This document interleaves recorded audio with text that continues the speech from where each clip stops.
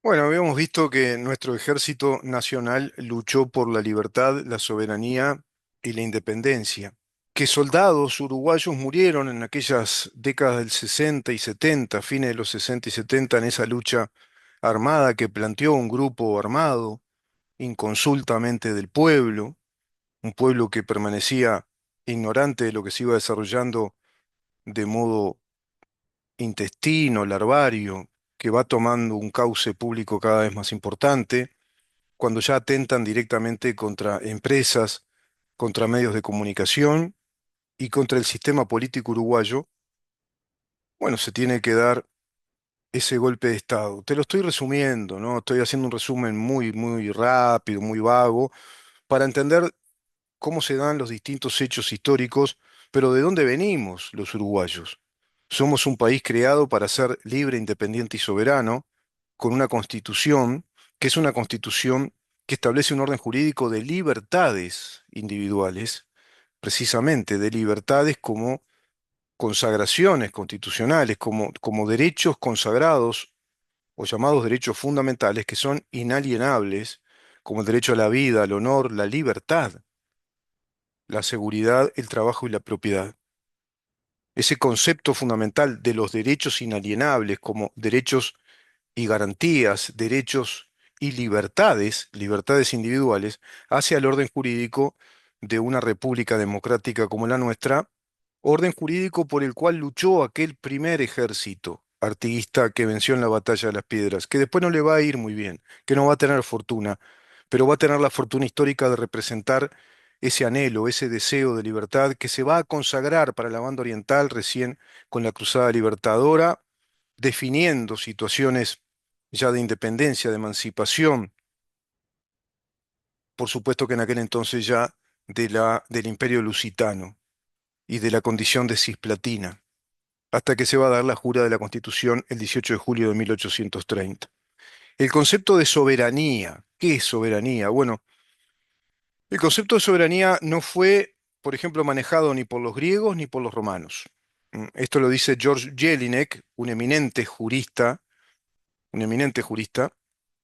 germano, de la Escuela de la Teoría del Estado de Derecho, de la Escuela del Rheinstadt, un filósofo del derecho además, un politólogo alemán que perfeccionó de alguna manera, hizo un perfeccionamiento crítico de la teoría, de la mega teoría jurídica, del orden jurídico, que es la de la teoría pura del derecho de Hans Kelsen.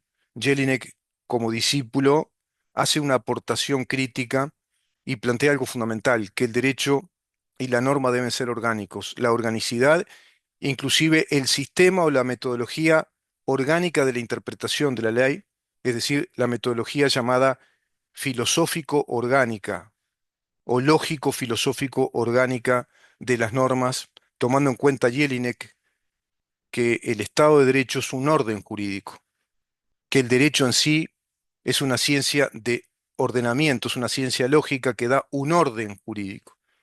Por lo tanto, esa jerarquía de normas, esas disciplinas normativas, esas competencias por materia, por territorio, todo eso tiene un orden que debe ser interpretado lógico-filosóficamente. No puede una norma contradecirse a sí misma, ni una norma o una ley contradecir a otra ley de ese mismo estado.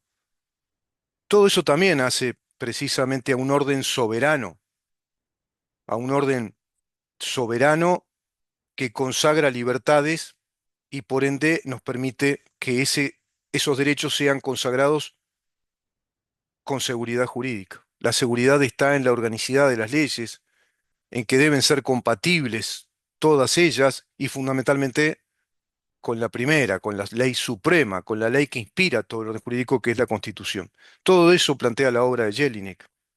Y Jelinek dice que la soberanía no fue forjada ni por los griegos ni por los romanos, y que la idea de soberanía hay que entenderla en la Edad Media, y es en la lucha que se fue dando paulatinamente contra tres poderes, que eran tres poderes tiránicos: el poder de la Iglesia, el Imperio Romano, por supuesto, y los grandes señores feudales con sus corporaciones.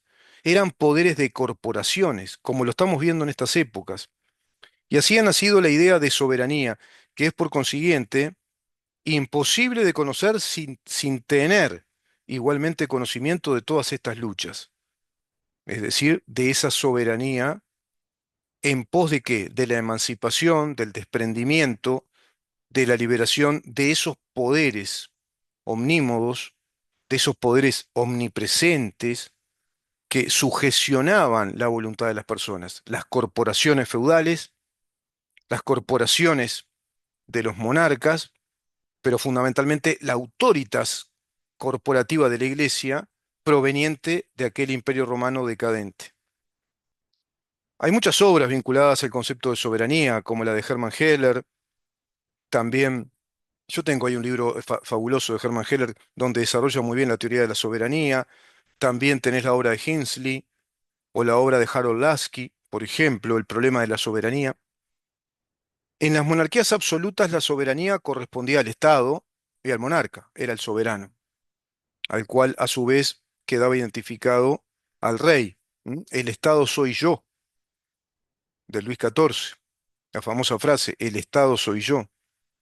En cambio, en el Código Civil francés, como un gran ejemplo de la revolución moderna, la revolución cultural, filosófica, en cuanto a la organización jurídica de la sociedad, en cuanto a la organización coactiva que impone reglas de juego, se dio paradójicamente en el periodo napoleónico el Código Civil francés.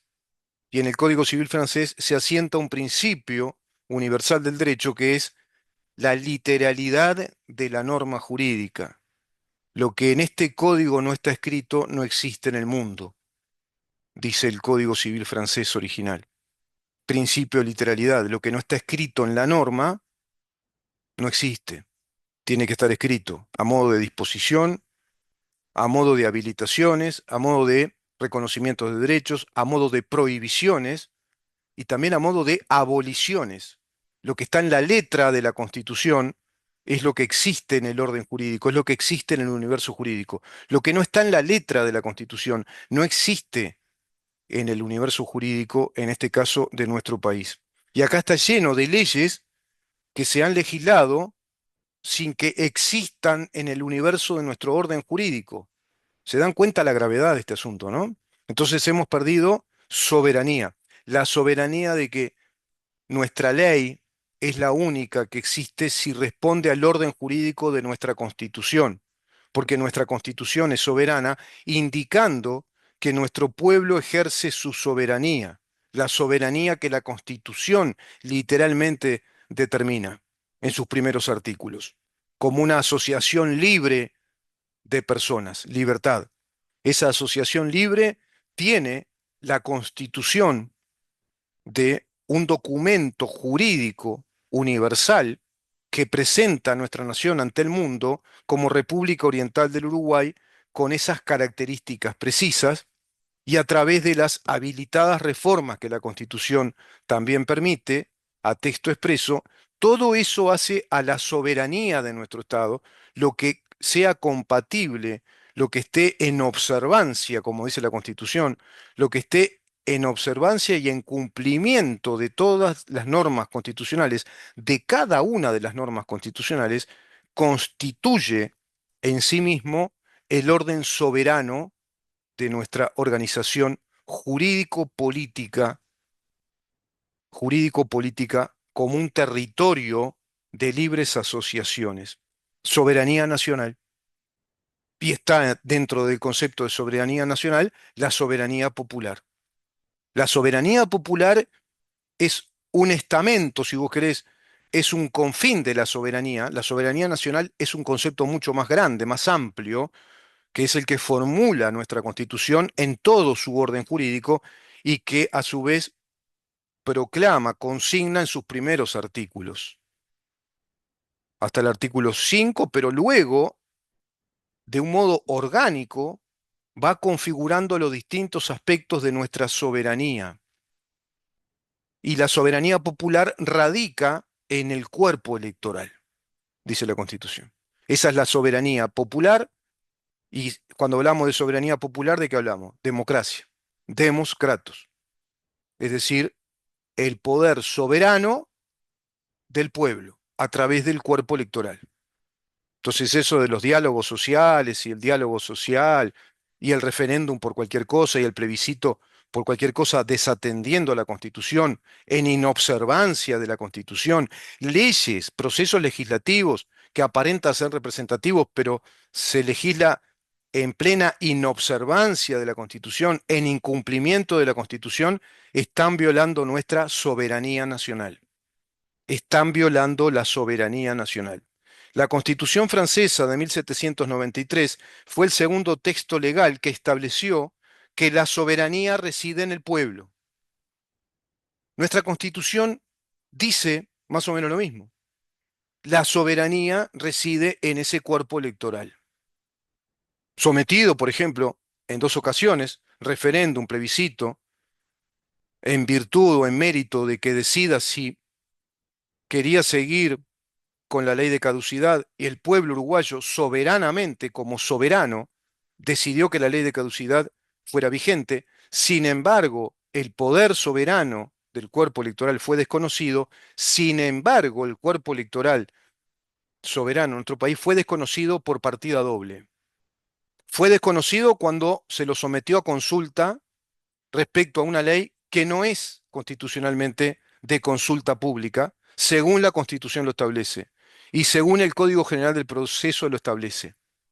Por lo tanto, ya ahí se violó la soberanía, indirectamente se violó la soberanía del cuerpo electoral, porque el cuerpo electoral fue sometido para tomar decisión respecto a un poder que no tiene, que no le confiere la Constitución, porque una renuncia procesal es una ley, en este caso, a nivel del Estado, de carácter procesal, de carácter procedimental, que lo que formula es la renuncia de la legitimación procesal activa del Estado como sujeto de derecho, ejerciendo el derecho potestativo unilateral, el derecho facultativo unilateral, intuito personae como persona jurídica. Artículo 21. El Estado uruguayo es persona jurídica por excelencia. Por lo tanto, el Estado uruguayo resolvió la renuncia desde sus tres poderes de Estado, desde sus tres poderes soberanos, resolvió por el mecanismo que formula el espíritu constitucional en el artículo 85, numeral tercero, el mecanismo del artículo 228 del Código General del Proceso, que es un principio universal general del derecho procesal respecto al derecho facultativo estrictamente personal de aceptar la legitimación procesal activa, es decir, ser el sujeto activo en un proceso penal, por ejemplo, o no, o renunciar a esa legitimación procesal activa. En eso consiste la renuncia de la pretensión punitiva del Estado. Por lo tanto, ser sometido el cuerpo electoral a tomar una decisión cuando ya el Estado soberanamente, representando a todo nuestro cuerpo electoral, a toda nuestra nación, lo tomó a través de los tres poderes bajo un mecanismo jurídico, constitucional, jurídico, procesal, universal, como lo es esa garantía de poder renunciar a la pretensión procesal, y si el sujeto de derecho renuncia a su pretensión procesal, esa renuncia otorga, confiere una garantía jurídica que es el efecto jurídico permanente de esa renuncia, el efecto jurídico permanente, perpetuo de esa renuncia respecto a ese derecho estrictamente personal o personalísimo, intuito personae, de ese sujeto de derecho que tomó la decisión comunicándole al Poder Judicial, como así se lo hizo, que renunciaba en caso particular. En esos casos particulares el Estado uruguayo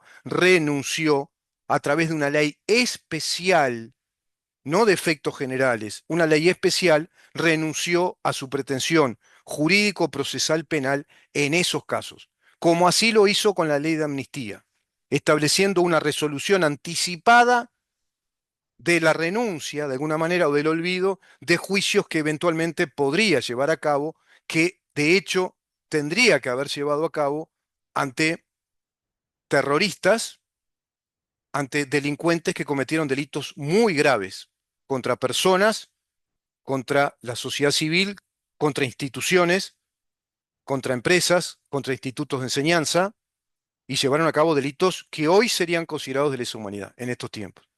Desaparición forzada, torturas, secuestros, privación indebida de libertad, violaciones, asesinatos y asesinatos contra nuestras fuerzas públicas del orden público, contra las autoridades del orden público de la seguridad pública de nuestro país, contra militares, contra policías, contra cadetes de policía y también contra políticos.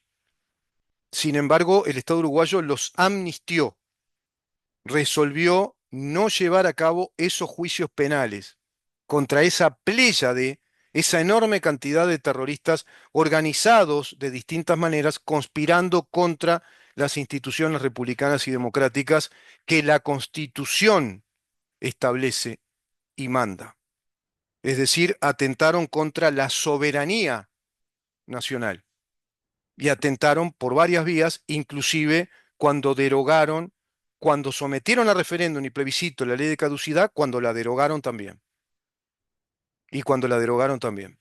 Porque a su vez hicieron la parodia de consultar al soberano y el soberano político le dijo que la ley de caducidad siguiera adelante, que fuera vigente, y desconocieron la voluntad del soberano político que la Constitución formula, y la desconocieron por partida doble, sometiéndolo a una competencia que no tiene, y cuando fue sometido a la competencia que no tiene y resolvió de todas maneras, vía referéndum, vía plebiscito, y a través de un lapso enorme de décadas, resolvió que la ley de caducidad debía ser vigente, porque no hay otra manera. No puede una ley, una caducidad, caducar una pretensión punitiva, una pretensión judicial y después retomarse. Es todo un disparate. Bueno, todo ese disparate es un atentado directo contra nuestra soberanía porque atenta contra las garantías jurídicas de nuestro orden jurídico, atenta contra los preceptos constitucionales de nuestro orden jurídico, atenta contra la estabilidad jurídica, atenta contra la jerarquía de normas, atenta contra la libertad y atenta contra el decoro, la tranquilidad y la paz social, por la cual se llevan a cabo leyes especiales. Artículo 85, numeral tercero de la Constitución de la República. Soberanía. El vocablo soberanía en derecho internacional, por ejemplo, también ha jugado un rol importantísimo en la teoría política y en la doctrina del derecho internacional. No obstante, en ocasiones, el contenido de esta palabra ha sido oscurecido y deformado, por lo que, bueno, puede entenderse de varios modos, ¿no? Intereses políticos, conflagraciones políticas que se dan de todas maneras, como diría Immanuel Kant, por más que muchos estados cumplan con estos preceptos de un ordenamiento racional, civilizado, de las reglas de conducta, que los estados velen por las garantías de las personas, que las personas se sientan cobijadas por un orden racional de reglas de conducta, que ese estado no sea prepotente, que ese estado esté al margen de cualquier ejercicio de tiranía y de despotismo, por lo general se da en los pequeños y medianos estados que necesitan cobijarse en esta racionalidad. Pero hay estados muy poderosos, gigantescos, territorialmente enormes, militarmente grandes, poblacionalmente también grandes, su demografía es grande, y lo estamos viendo en estas épocas, y dice Manuel Kant, y son como el patotero del barrio. Son los que tienen más fuerza, más físico, más armas, los que tienen más plata para su ejército. Entonces son los que patotean, invaden y no reconocen todos estos principios integrales de nuestra civilización occidental desde su más puro acervo racional, filosófico, racional, científico. Este es el acervo que nosotros cuidamos, protegemos, que defendemos. El occidente racional, científico, humanista, el occidente que humaniza la vida humana, que reconoce la necesidad de que seamos seres libres, independientes, soberanos, cobijados por nuestros estados nacionales libres, independientes, soberanos, pero están los patoteros del barrio en este pequeño planeta del cosmos que siguen jugando a ser los reyes, los dueños y señores de nuestras vidas, siguen jugando a ser dioses de la tierra, miserables dioses de barro. La libertad es la capacidad humana, por otra parte, de actuar por voluntad propia, sin que se le imponga la dirección o la manera de tomar y ejercer sus decisiones. El ejercicio de la libertad implica asumir responsabilidad, por eso, derechos y obligaciones. Derechos que son el reconocimiento constitucional de nuestra libertad, y nuestra libertad está consagrada no solo en la expresión directa libertad, como dice la Constitución, artículo séptimo, todos los habitantes de la República tienen el derecho a ser protegidos en el goce, a ser protegidos en el goce, quiere decir, a ser protegidos en qué, en el ejercicio, en el uso y fruto, en el disfrute, en el goce, en el pleno ejercicio de la vida, el honor, la libertad, ahí explícitamente, la libertad, la seguridad, si la seguridad jurídica, la seguridad social, la seguridad política, la seguridad pública, fundamentalmente la seguridad jurídica y la seguridad social o pública, que todo eso permanezca, que sea estable, que tenga perpetuidad, porque precisamente nuestras leyes son de carácter universal, son de carácter universal, aplicables a todos por igual a través del tiempo, sin distingo alguno. Artículo octavo, principio de igualdad ante la ley. Seguridad, trabajo, trabajo y propiedad. Trabajo y propiedad. Todo eso en su conjunto hace al concepto de libertad soberana. Si no se respetan esos principios constitucionales en cada una de nuestras leyes y en cada uno de nuestros actos administrativos, no se está respetando nuestra libertad soberana. ¿Quién no respetó nuestra libertad soberana? José Mujica.